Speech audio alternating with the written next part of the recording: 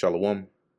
First and foremost, I want to give all praises, honor, and glory to Yahweh, Bahasham, Yahweh Shai, Bahasham, Recha Kodesh.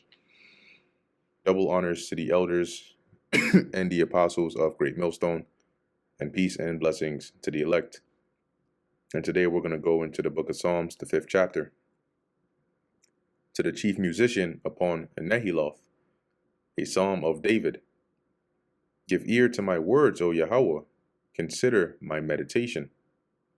Hearken unto the voice of my cry, my King and my God, for unto thee will I pray. My voice shalt thou hear in the morning, O Lord. In the morning will I direct my prayer unto thee, and will look up. And this is a good example, right, of the mindset to be in. You know, to have as much faith and trust in the Lord as David, and you can tell by his Psalms, you know, in the life that he lived. But the Psalms give you more like an insight into his thinking and his mindset. Why it is the Lord sought him out as a man after his own heart. Because he would always turn to the Lord. He would always pray unto the Lord. He would always seek the Lord, as he's saying here. So prayer is very important. You cannot neglect that. For thou art not a God that hath pleasure in wickedness, neither shall evil dwell with thee. Yeah, the Most High doesn't take pleasure in wickedness. Yeah, he created wickedness, and he has it happen for a reason, but he desires you to follow righteousness. Neither shall evil dwell with thee.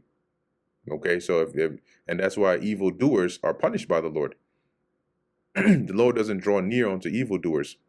Verse 5, the foolish shall not stand in thy sight. In fact, a good example of that is, why is it that the Lord called his elect or his chosen onto righteousness out of the darkness of the world, out of the wickedness they were doing?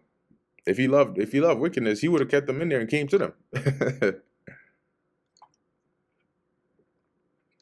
But by calling them out of wickedness onto righteousness, it shows you that, right, all the more backing up the point that he doesn't have pleasure in wickedness. Verse 5, the foolish shall not stand in thy sight. Thou hatest all workers of iniquity, right? And the foolish, remember the scriptures say that the beginning of wisdom, right, and knowledge is the fear of the Lord. So if you are foolish or lacking in that kind of wisdom and knowledge, that means you don't fear the Lord. In Psalm 14, I believe it mentions, the fool has said in his heart, there is no God. So they're not going to stand in the sight. They're not going to be in the presence of the Lord. And as it says, thou hatest all workers of iniquity. Thou shalt destroy them that speak leasing. Leasing are lies or falsehood. The Lord Yahweh will abhor the bloody and deceitful man. And the bloody and deceitful man is a murderer and a liar. And who is a prime example of that? Esau, Edom. That's why they were branded as the wicked. And you'll see that a good amount of these Psalms, you know, when David speaks about the ungodly, right, or the wicked, you can see that fully exemplified in Esau, Edom, right? They take that and they embody it to the T. That's why they're known as the man of sin. Now, it can apply, right, to, you know, actual just regular wicked people, but to the highest degree, you know, you see it in Esau. But as for me, I will come into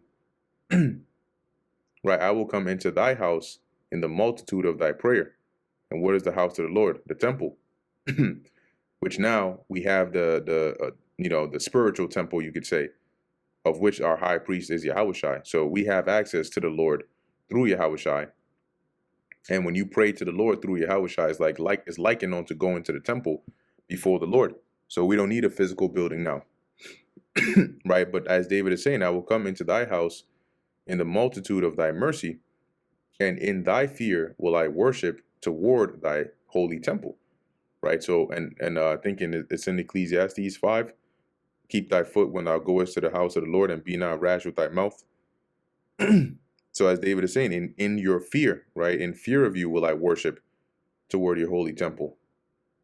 Lead me, O Yahweh, in thy righteousness because of mine enemies. Make thy way straight before my face. Right? So, and because of my enemies, you know, I need you to lead me. I need you to protect me, to guide me, to make a way for me, that I may be delivered from them. right? Make thy way straight before me, that I may be able to follow you. Let's take a look at, at this in the NLT. It says, lead me in the right path, O Lord, or my enemies will conquer me. Make your way plain for me to follow. And we seek that, right? We seek that, and that's why the Lord has given us teachers. What did the Apostle Paul say? Be ye followers of me, even as I am of Hamashiach. So we desire for the Lord to show us the way to follow him. The old paths, so to speak. In fact, that's why he sent out the prophets. There's a precept. What does it say? Word.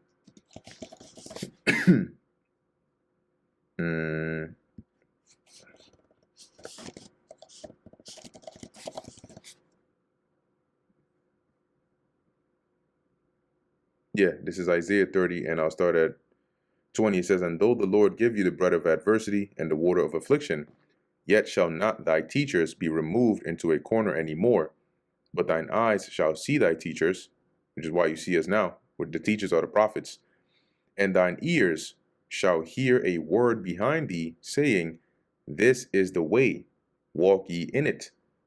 See, so if you desire for the Lord, like David did, to make his way straight before your face so you know how to follow him, you got to go to the prophets. You got to go to those the Lord has set up, because they will let you know, right? This is the way, walk ye in it. When you turn to the right hand and when you turn to the left, that's why the Lord got us out there to show you the way. For there is no faithfulness in their mouth. Their inward part is very wickedness. This is dealing with the wicked, right? Ungodly men, meaning there's no faithfulness in their mouth. You can't trust their words. Their inward part, the inward part is talking about their inner thoughts. Okay. It says here, it's very wickedness, right? It's what they imagine. That's what they do. That's what I do.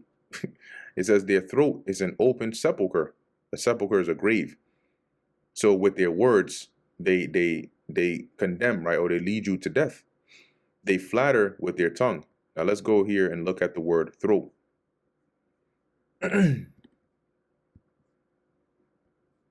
So you have here throat, neck, throat, open sepulcher. And if we look here in the Gesenius's Hebrew Chaldee lexicon, you see here, right, it says, throat is an open sepulcher.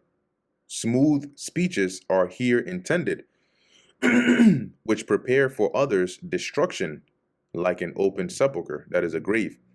So I'll give you a modern day example of this, right? There's smooth speeches that are setting you up for death.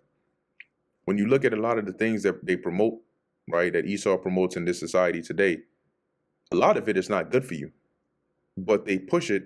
Like even when it came to the jab, they pushed that on a lot of people, and it led to a lot of people's demise.